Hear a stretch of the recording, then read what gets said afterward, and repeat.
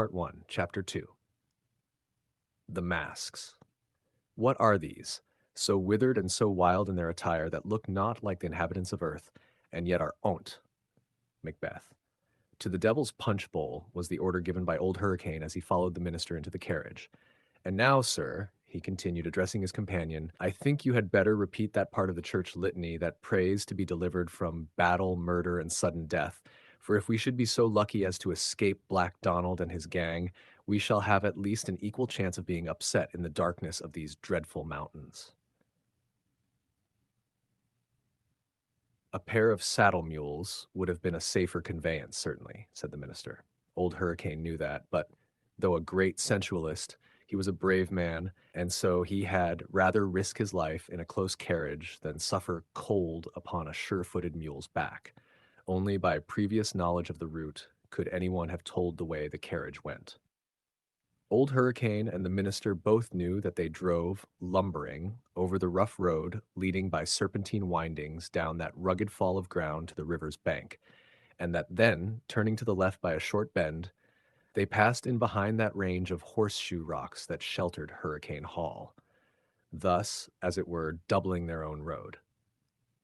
Beneath that range of rocks and between it and another range, there was an awful abyss or chasm of cleft, torn and jagged rocks opening, as it were, from the bowels of the earth in the shape of a mammoth bowl, in the bottom of which, almost invisible from its great depth, seethed and boiled a mass of dark water of what seemed to be a lost river or a subterranean spring.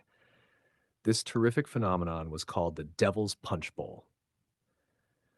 Not far from the brink of this awful abyss, and close behind the horseshoe range of rocks, stood a humble log cabin, occupied by an old free negress, who picked up a scanty living by telling fortunes and showing the way to the punch bowl. Her cabin went by the name of the Witch's Hut, or Old Hat's Cabin. A short distance from Hat's cabin, the road became impassable, and the travelers got out, and, preceded by the coachman bearing the lantern, struggled along on foot through the drifted snow and against the buffeting wind and sleet to where a faint light guided them to the house. The pastor knocked. The door was immediately opened by a negro, whose sex from the strange anomalous costume it was difficult to guess. The tall form was rigged out first in a long red cloth petticoat, above which was buttoned a blue cloth surtout. A man's old black beaver hat sat upon the strange head and completed this odd attire. Well, Hat, how is your patient? Inquired the pastor, as he entered preceding the magistrate. You will see, sir, replied the old woman. The two visitors looked around the dimly lighted, miserable room, in one corner of which stood a low bed, upon which lay extended the form of an old, feeble, and gray-haired woman. How are you, my poor soul, and what can I do for you now I am here? Inquired old Hurricane, who in the actual presence of suffering was not utterly without pity. You are a magistrate? Inquired the dying woman. Yes, my poor soul. And qualified to administer an oath and take your deposition, said the minister. Will it be legal? Will it be evidence in a court of law? Asked the woman, lifting her dim eyes to the major. Certainly, my poor soul, certainly, said the latter, who, by the way, would have said anything to soothe her. Send everyone but yourself from the room. What, my good soul, send the parson out in the storm? That will never do.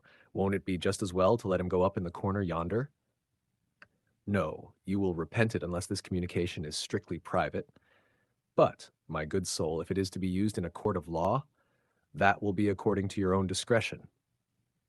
My dear parson, said old Hurricane, going to the minister, would you be so good as to retire? There is a fire in the woodshed, master, said Hat, leading the way. Now, my good soul, now, you want first to be put upon your oath? Yes, sir. The old man drew from his great coat pocket a miniature copy of the Scriptures, and with the usual formalities administered the oath. Now then, my good soul, begin. The truth, the whole truth, and nothing but the truth, you know. But first, your name? Is it possible you don't know me, master? Not I, in faith. For the love of heaven, look at me, and try to recollect me, sir. It is necessary someone in authority should be able to know me, said the woman, raising her haggard eyes to the face of her visitor.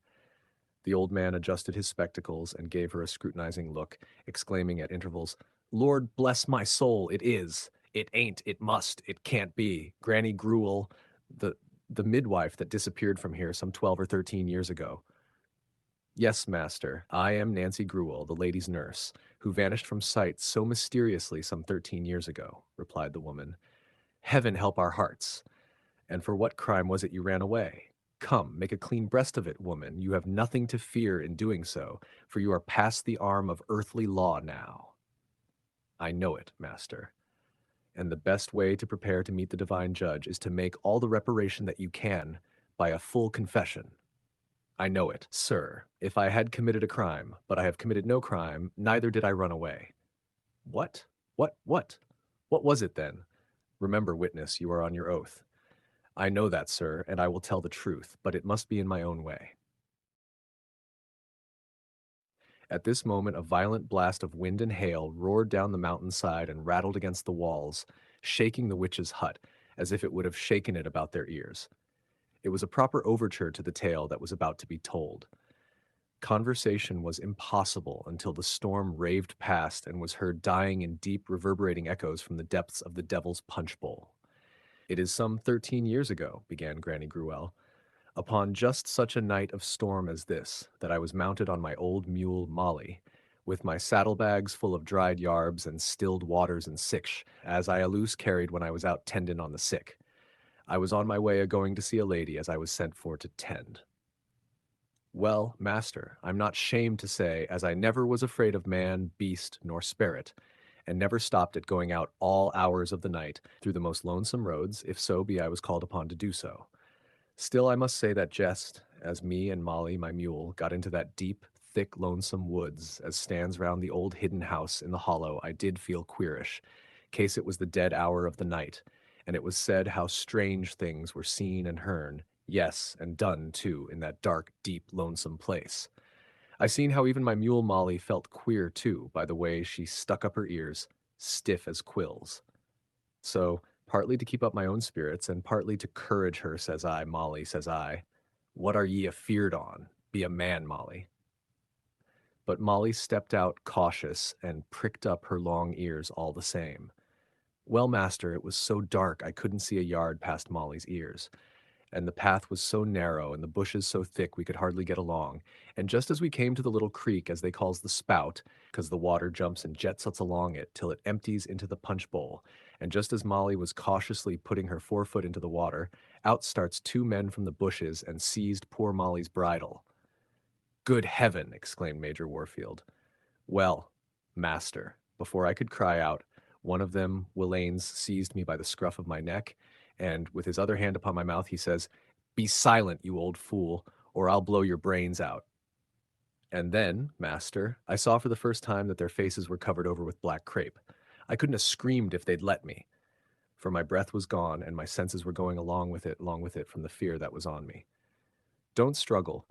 Come along quietly, and you shall not be hurt, says the man as had spoke before. Struggle. I couldn't a struggled to a saved my soul. I couldn't speak. I couldn't breathe. I like to have a dropped right offend Molly's back. One on 'em says he, give her some brandy. And other takes out a flask and puts it to my lips and says he, here, drink this. Well, master, as he had me still by the scruff of my neck, I couldn't do no other ways but open my mouth and drink it. And as soon as I took a swallow, my breath came back in my speech. And, oh, gentlemen, says I, if it's your money or your life, you mean I hain't it about me. Deed, Clare to the Lord Almighty, I hain't. It's wrapped up in an old cotton glove in a hole in the plastering in the chimney corner at home. And if you'll spare my life, you can go there and get it, says I. You old blockhead, says they, we want neither one nor t'other. Come along quietly, and you shall receive no harm. But at the first cry or attempt to escape, this shall stop you. And with that, the Willain held the mizzle of a pistol so nigh to my nose that I smelt brimstone, while other one bound a silk handkercher round my eyes, and then took poor Molly's bridle and led her along. I couldn't see, in course, and I dasn't breathe for fear of the pistol.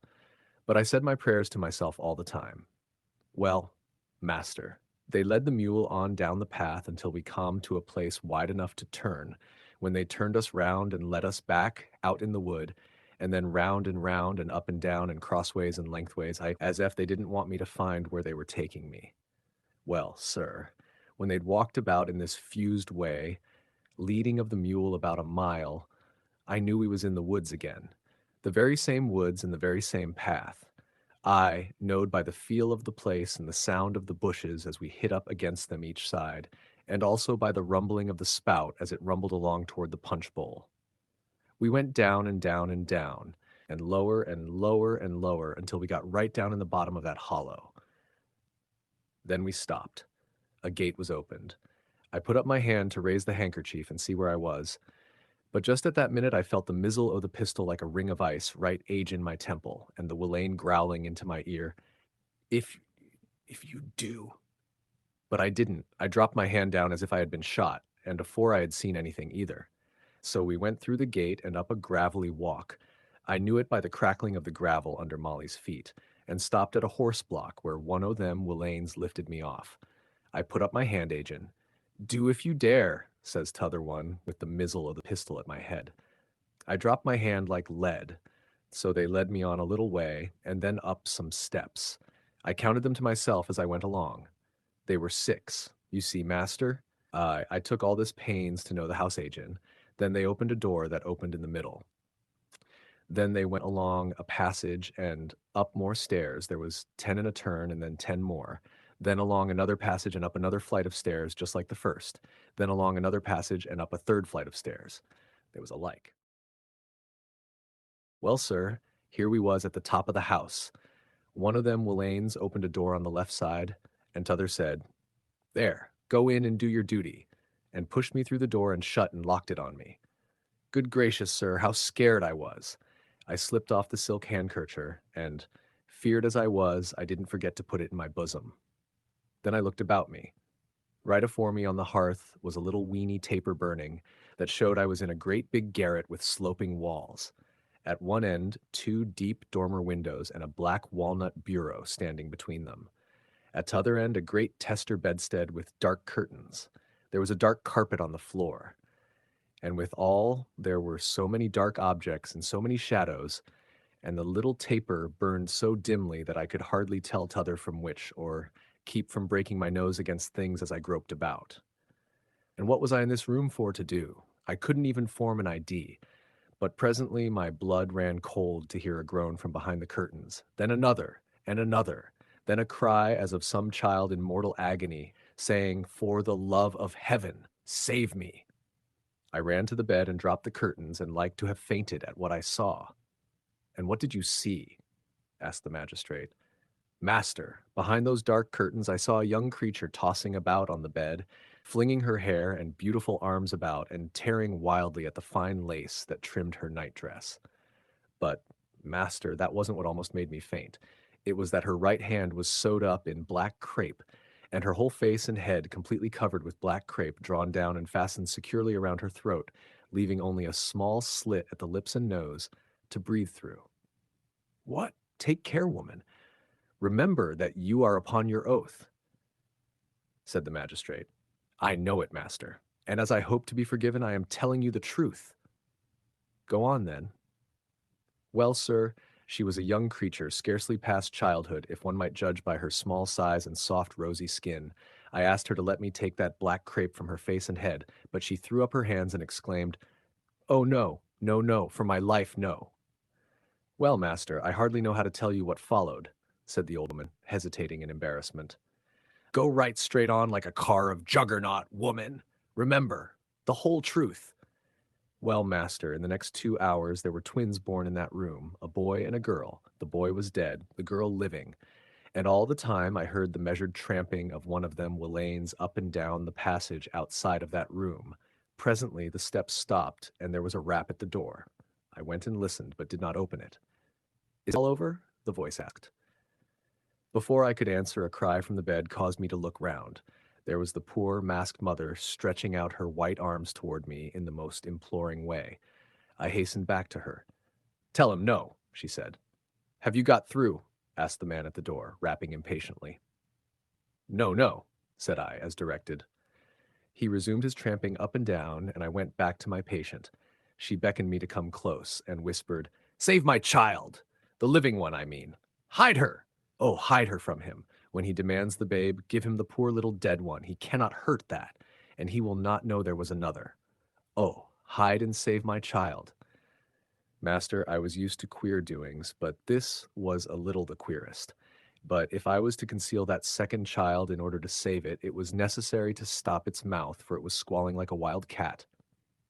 So I took a vial of paregoric from my pocket and give it a drop, and it went off to sleep like an angel. I wrapped it up warm and lay it along with my shawl and bonnet in a dark corner.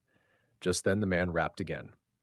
"Come in, master," said I. "No, bring me the babe," he said. I took up the dead infant. Its mother kissed its brow and dropped tears upon its little cold face, and I carried it to the man outside. "Is it asleep?" the Willain asked me. "Yes, master," said I as I put it, well wrapped up, in his arms, very sound asleep. "So much the better," said the knave, walking away. I bolted the door and went back to my patient. With her free hand, she seized mine and pressed it to her lips, and then, holding up her left hand, pointed to the wedding ring upon her third finger. "Draw it off and keep it," she said. "Conceal the child under your shawl and take her with you when you go. Save her and your fortune shall be made." I declare, master, I hadn't time to think before I heard one of them wretches rap at the door. "Come, get ready to go," he said. She also beckoned me. I hastened to her. With eager whispers and imploring gestures, she prayed me to take her ring and save her child. "But you," said I, "who is to attend to you?" "I do not know or care. Save her." The rapping continued. I ran to the corner where I had left my things. I put on my bonnet, made a sort of sling around my neck of the silk handkercher, opened the large part of it like a hammock, and laid the little sleeping babe there. Then I folded my big shawl around my breast, and nobody any the wiser. The rapping was very impatient. "I am coming," said I. "Remember," whispered the poor girl. "I will," said I, and went out and opened the door. There stood other Willain with his head covered with black crape. I dreamt of nothing but black-headed demons for 6 months afterward. "Are you ready?" says he. "Yes, your worship," says I. "Come along, then." And binding another silk handkerchief round my eyes, he led me along. Instead of my mule, a carriage stood near the horse block. "Get in," says he, holding the pistol to my ears by way of an argument. I got in. He jumped up upon the driver's seat, and we drove like the wind, in another direction from that in which we come, in course, for there was no carriage road there. The carriage whirled along at such a rate it made me quite giddy.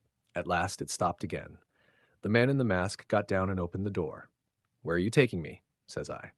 "Be quiet," says he, and with that he put the pistol to my cheek, ordered me to get out, take the bandage from my eyes, and walk before him. I did so and saw dimly that we were in a part of the country that I was never at before. We were in a dark road through a thick forest. On the left side of the road in a clearing stood an old house.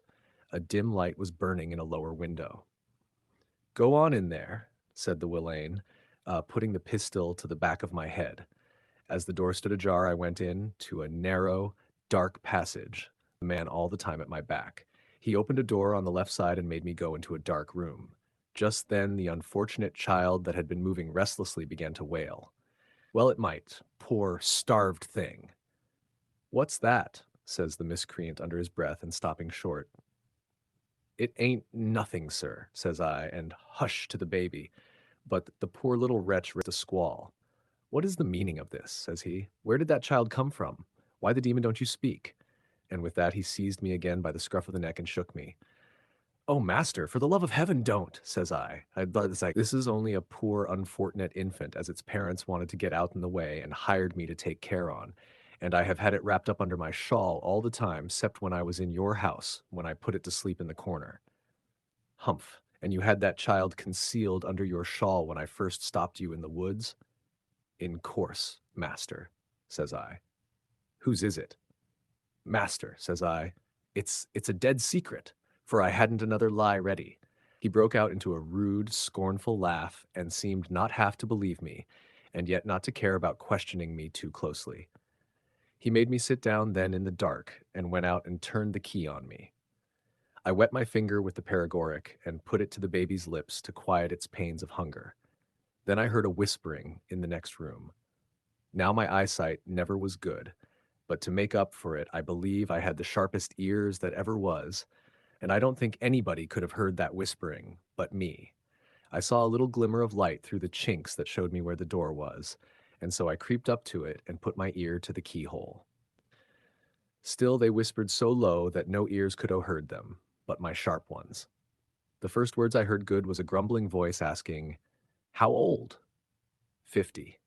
More or less, but strong, active, a good nurse, and a very light mulatto, says my Willane's voice. Too old, says the other, but I will throw the child in. A low, crackling laugh, the only answer. You mean that would be only a bother? Well, I want to get rid of the pair of them, said my Willane, so name the price you are willing to give. Cap'n, you and me have had too many transactions together to make any flummery about this. You want to get shed of them pair. I hain't no objections to turning an honest penny, so just make out the papers, Billo Sailo, the Oman Kate, or whatsoever her name may be, and the child with any price you please, so it is only a make-believe price, and I'll engage to take her away and make the most I can of them in the south. That won't be much, seeing it's only an old Oman and child, scarcely a fair profit on the expense o' taking of her out. Now, as money's no object to you, Captain. Very well. Have your own way. Only don't let that woman escape and return, for if you do... I understand, Captain, but I reckon you needn't threaten, for if you could blow me, why, I would return you the same favor, said the other, raising his voice and laughing aloud. Be quiet, fool, or come away farther. Here. And the two Willanes moved out of even my hearing. I should have been uneasy, master, if it hadn't been the Oman they were talking about was named Kate, and that wasn't my name, which were well beknown to be Nancy. Presently I heard the carriage drive away, and almost immediately after the door was unlocked, and a great big black-bearded and black-headed beast of a ruffian came in, and says he, "Well, my woman, have you had any supper?" "No," said I hain't, and if I'm to stay here any length of time, I'd be obleeged to you to let me have some hot water and milk to make pap for this perishing baby." "Follow me," says he, and he took me into the kitchen at the back of the house, taped out where there was a fire in the fireplace and a cupboard with all that I needed. Well, sir, not to tire you, I made a nursing bottle for the baby and fed it, and then I got something for my own supper, or rather breakfast, for it was now near the dawn of day. Well, sir, I thought I would try to get out and look about myself to see what the neighborhood looked like by daylight, but when I tried the door, I found myself locked up a close prisoner. I looked out of the window and saw nothing but a little backyard closed in by the woods. I tried to raise the sash, but it was nailed down. The black-headed monster came in just about that minute, and seeing what I was a-doing of, says he, "Ah, stop that!" "What am I stopped here for?" says I. "A free Oman," says I, "avented of going about her own business," says I. But he only laughed a loud, crackling, scornful laugh, and went out, turning the key after him. A little after sunrise, an old, dried-up, spiteful-looking hag of a woman came in and began to get breakfast. "What am I kept here for?" says I to her. But she took no notice at all, nor could I get so much as a single word out in her. In fact, master, the little Oman was deaf and dumb. Well, sir, to be short, I was kept in that place all day long, and when night come, I was druve into a shay at the point of the pistol, and rattled along as fast as the horses could gallop over a road as I knew nothing of. We changed horses once or twict, and just about the dawn of day we come to a broad river with a vessel laying to, not far from the shore. As soon as the shay druv down on the sands, the Willane as had run away with me puts a pipe to his Willanus mouth and blows like mad. Somebody else blowed back from the wessel. Then a boat was put off and rowed ashore. I was forced to get into it and was follered by the Willane. We was rowed to the wessel, and I was druv up the ladder onto the decks, and there, master, right afore my own looking eyes, me and the baby was traded off to the captain. It was no use for me to splain or spostulate. I wasn't believed. The Willane as had stole me got back into the boat and went ashore, and I saw him get into the shay and drive away. It was no use for me to howl and cry, though I did both, for I couldn't even hear myself for the swearing of the captain and the noise of the crew, as they was a getting of the wessel under way. Well, sir, we sailed down that river and out to sea. Now, sir, come a strange providence, which the very thoughts of it might convert a heathen. We had been to sea about 5 days when a dreadful storm riz. Oh, Marster, the inky blackness of the sky, the roaring of the wind, the raging of the sea, the leaping of the waves, and the rocking of that vessel, and every once in a while sea and ship all ablaze with the blinding lightning, was a thing to see, not to hear tell of.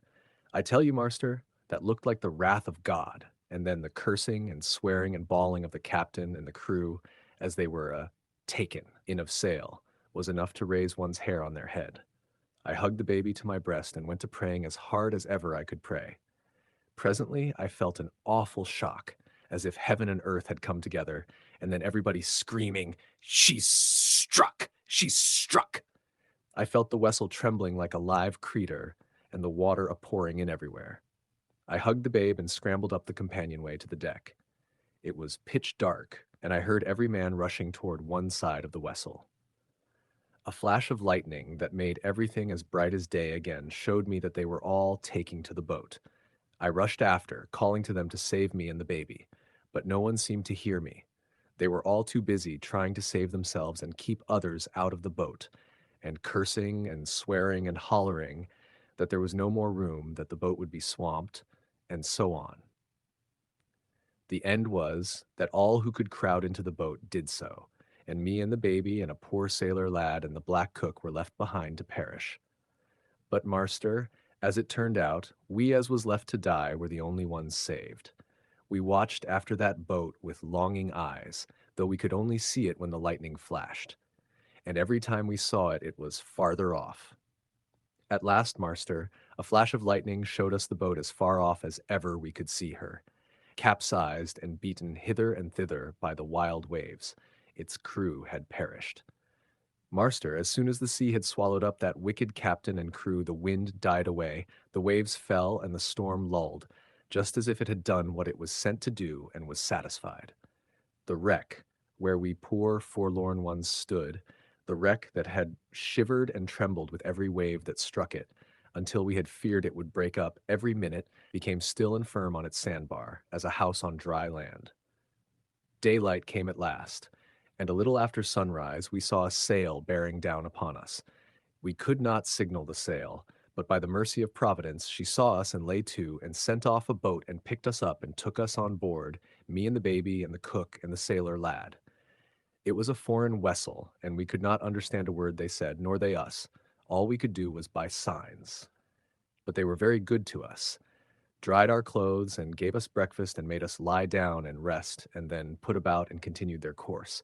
The sailor lad, Herbert Grayson, soon found out and told me they were bound for New York, and in fact, Marster. In about 10 days we made that port. When the ship anchored below the battery, the officers and passengers made me up a little bundle of clothes and a little purse of money, and put me ashore. And there I was in a strange city, so bewildered I didn't know which way to turn. While I was standing there, in danger of being run over by the omnibuses, the sailor boy came to my side and told me that he and the cook was gwine to engage on board of another American vessel, and asked me what I was going to do. I told him how I didn't know nothing at all about sea sarvice, and so I didn't know what I should do. Then he said he'd show me where I could go and stay all night, and so he took me into a little by-street to a poor-looking house where the people took lodgers, and there he left me to go aboard the ship. As he went away, he advised me to take care of my money and try to get a servant's place.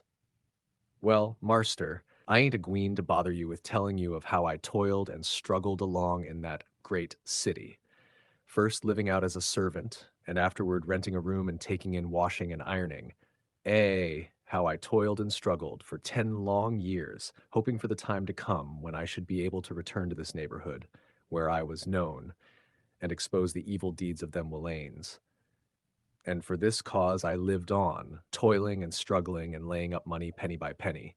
Sometimes I was fool enough to tell my story in the hopes of getting pity and help, but telling my story always made it worse for me.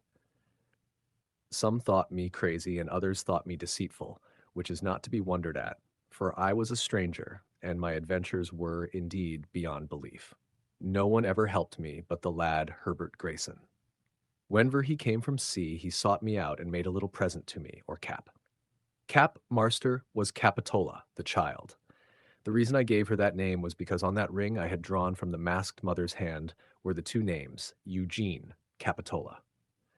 Well, Marster, the last time Herbert Grayson came home, he gave me $5, and that, with what I had saved, was enough to pay my passage to Norfolk. I left my little Cap in the care of the people of the house. She was big enough to pay for her keep and work, and I took passage for Norfolk. When I got there, I fell ill, spent all my money, and was at last taken to the poorhouse. 6 months passed away before I was discharged, and then 6 months more before I had earned and saved money enough to pay my way on here. I reached here 3 days ago and found a wheat field growing where my cottage fire used to burn, and all my old cronies dead, all except Old Hat, who has received and given me shelter. Sir, my story is done. Make what you can of it, said the invalid, sinking down in her bed as if utterly exhausted. Old Hurricane, whose countenance had expressed emotions as powerful as they were various while listening to this tale, now arose, stepped cautiously to the door, drew the bolt, and coming back, bent his head and asked, "What more of the child?" "Cap, sir? I have not heard a word of Cap since I left her to try to find out her friends, but anyone interested in her might inquire for her at Mrs. Simmons, laundress, number 8, Rag Alley." "You say the names upon that ring were Eugene. Capitola?" "Yes, sir, they were." "Have you that ring about you?" "No, Marster. I thought it was best in case of accidents to leave it with the child." "Have you told her any part of this strange history?" "No, Marster, nor hinted at it. She was too young for such a confidence." "You were right. Had she any mark about her person by which she could be identified?" "Yes, Marster, a very strange one. In the middle of her left palm was the perfect image of a crimson hand, about half an inch in length. There was also another, Henry Grayson, to please me, marked upon her forearm in India ink, her name and birthday, Capitola, October 31st, 1832. "Right. Now tell me, my good soul, do you know, from what you were able to observe, what house that was where Capitola was born?" "I am on my oath. No, sir. I do not know, but—" "You suspect?" The woman nodded. "It was," said Old Hurricane, stooping and whispering a name that was heard by no one but the sick woman. She nodded again, with a look of intense meaning. "Does your old hostess here, Hat, know or suspect anything of this story?" inquired Major Warfield. "Not a word. No soul but yourself has heard it." "That is right. Still be discreet. If you would have the wicked punished and the innocent protected, be silent and wary. Have no anxiety about the girl. What man can do for her will I do, and quickly. And now, good creature, day is actually dawning. You must seek repose, and I must call the parson in and return home. I will send Mrs. Condiment over with food, wine, medicine, clothing, and every comfort that your condition requires," said Old Hurricane, rising and calling in the clergyman, with whom he soon after left the hut for home. They reached Hurricane Hall in time for an early breakfast, which the astonished housekeeper had prepared, and for which their night's adventures had certainly given them a good appetite. Major Warfield kept his word, and as soon as breakfast was over, he dispatched Mrs. Condiment with a carriage filled with provisions for the sick woman. But they were not needed. In a couple of hours, the housekeeper returned with the intelligence that the old nurse was dead. The false strength of mental excitement that had enabled her to tell so long and dreadful a tale had been the last flaring up of the flame of life that almost immediately went out. "I am not sorry, upon the whole, for now I shall have the game in my own hands," muttered Old Hurricane to himself. "Ah, Gabrielle Lenoir, better you had cast yourself down from the highest rock of this range and been dashed to pieces below, than have thus fallen into my power."